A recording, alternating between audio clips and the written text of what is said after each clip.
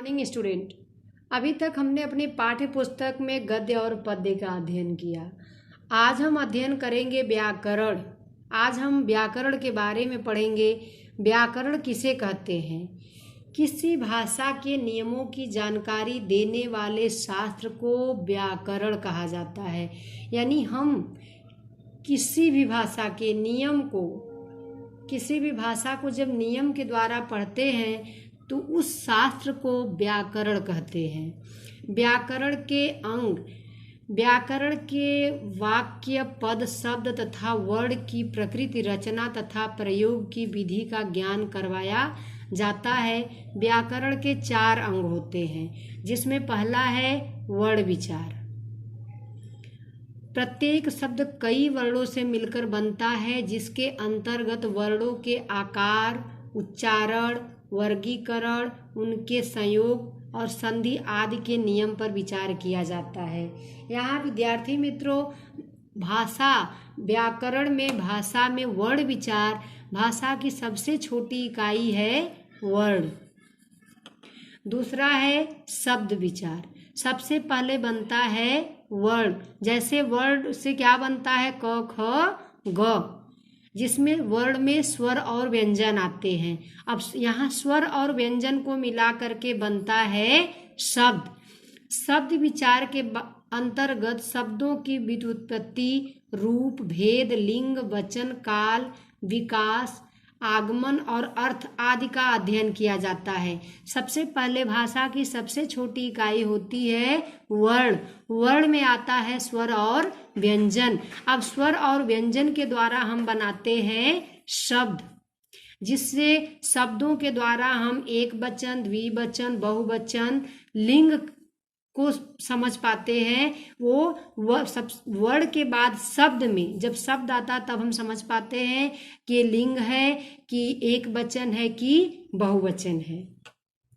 तीसरा, यहाँ पहले वर्ण, वर्ण के बाद भाषा की सबसे छोटी इकाई होती है वर्ण, जिसमें क, ख, ग, घ स्वर और व्यंजन, स्वर और व्यंजन को मिला करके बना है शब्द।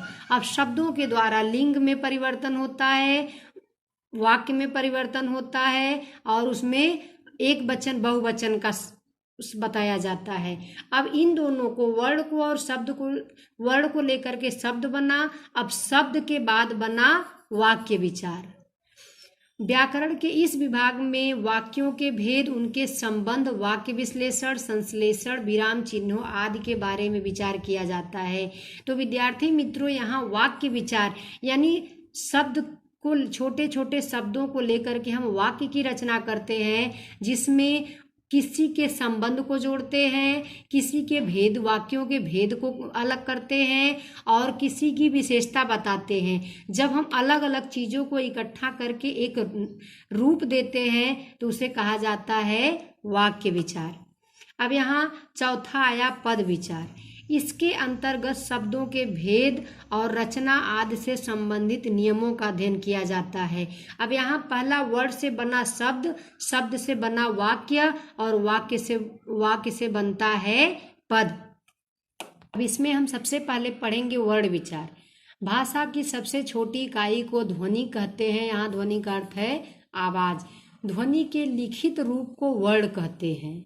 वर्ण को ध्वनि चिन्ह भी कहते हैं, जिससे और खंडों में बांटा नहीं जा सकता। तो विद्यार्थी मित्रों, यहाँ वर्ण को हम बांट नहीं सकते, क्योंकि यह भाषा की सबसे छोटी इकाई होती है। वर्ण की 3 विशेषताएं होती हैं। पहला, ये भाषा की सबसे छोटी इकाई है। दूसरा, इनके टुकड़े नहीं हो सकते। तीसरा, इनके मेल से शब्द बनते हैं। जैसे वर्ण में क्या आता है? स्वर और व्यंजन। तो स्वर और व्यंजन को लेकर के हम क्या बनाते हैं? शब्द। तो जब हम इसको स्वर और व्यंजन को मिला के शब्द बनाते हैं तो यहाँ वर्ण को हम अलग नहीं कर सकते। किसी भी भाषा के समस्त वर्णों के समूह को उस भाषा की वर्णमाला कहते हैं।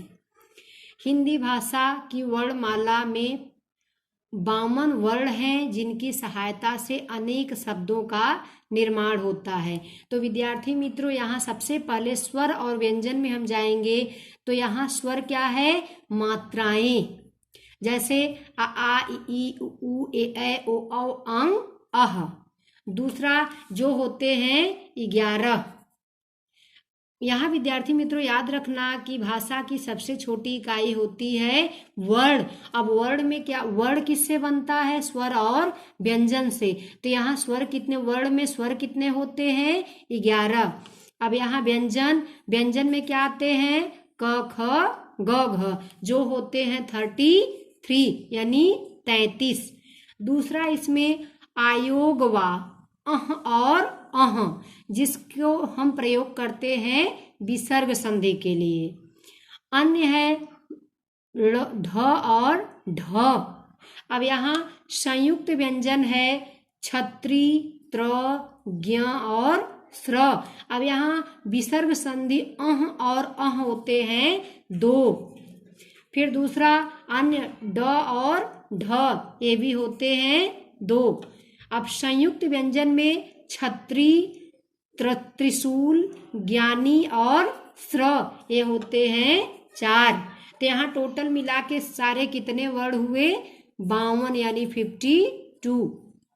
अभी विद्यार्थी मित्रों यहाँ है वर्णों के लिखने के ढंग को लिपि कहते हैं। सबसे पहले लिपि कहते हैं।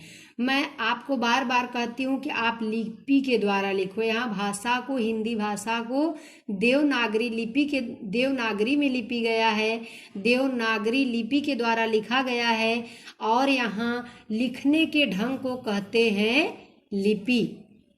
वर्णों के लिखने के ढंग को लिपि कहते हैं। हिंदी और संस्कृत भाषाएं दोनों देवनागरी लिपि में लिखी जाती हैं। अब यहाँ वर्णों के प्रकार।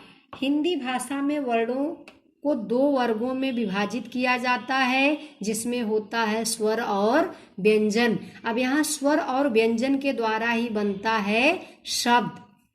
अब पहला है स्वर।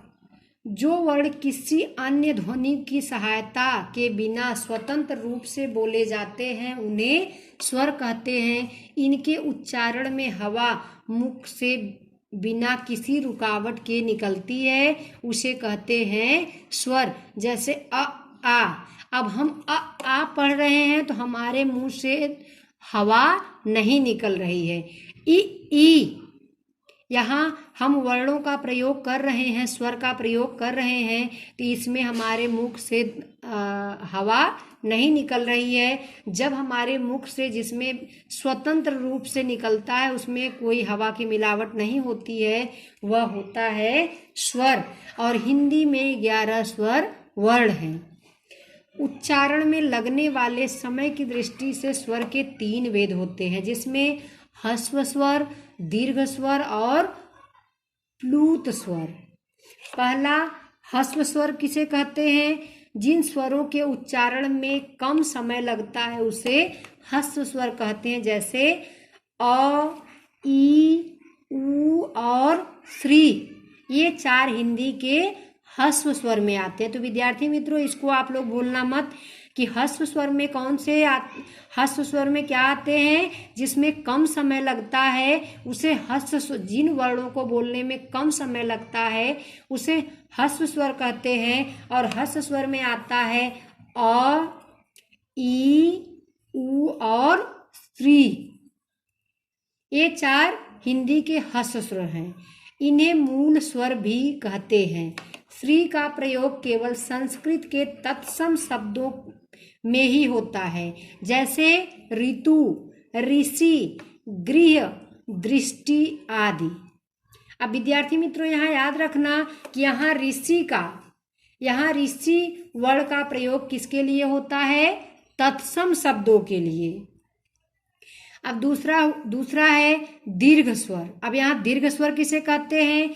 जिन स्वरों के उच्चारण में ह्रस्व स्वर की अपेक्षा 2 गुना समय लगता है। यहाँ ह्रस्व स्वर में क्या है? उसमें कम समय लगता है। और दीर्घ स्वर में क्या है कि ह्रस्व स्वर की अपेक्षा इसमें 2 गुना समय लगता है, उन्हें दीर्घ स्वर कहते हैं। जैसे आ, ई, उ, ए ए, ओ, औ, ये 7 क्या है? दीर्घ स्वर है। तो विद्यार्थी मित्रों यहाँ याद रखना कि यहाँ 4 अ, ई, उ और श्री, ये 4 क्या है? ह्रस्व स्वर हैं, जिसमें हमें कम समय लगता है। और वहीं दूसरी ओर दीर्घ स्वर में ये इन दोनों से दुगना ज्यादा समय लगता है, उन्हें दीर्घ स्वर कहते हैं। और इसमें 7 दीर्घ स्वर हैं। आ, ई, उ, ए, ओ, औ, ये हिंदी के 7 दीर्घ स्वर हैं। अब यहाँ आया विद्यार्थी मित्रों प्लूत स्वर। अब प्लूत स्वर किसे कहते हैं? जिन स्वरों के उच्चारण में ह्रस्व स्वर की अपेक्षा 3 गुना समय लगता है। अब वहाँ ह्रस्व स्वर में क्या है कि सबसे कम समय लगता है, और दूसरा क्या है? दीर्घ स्वर, जिसमें उससे 2 गुना समय लगता है। अब यहाँ तीसरा है प्लूत स्वर, जिसमें 3 गुना समय लगता है।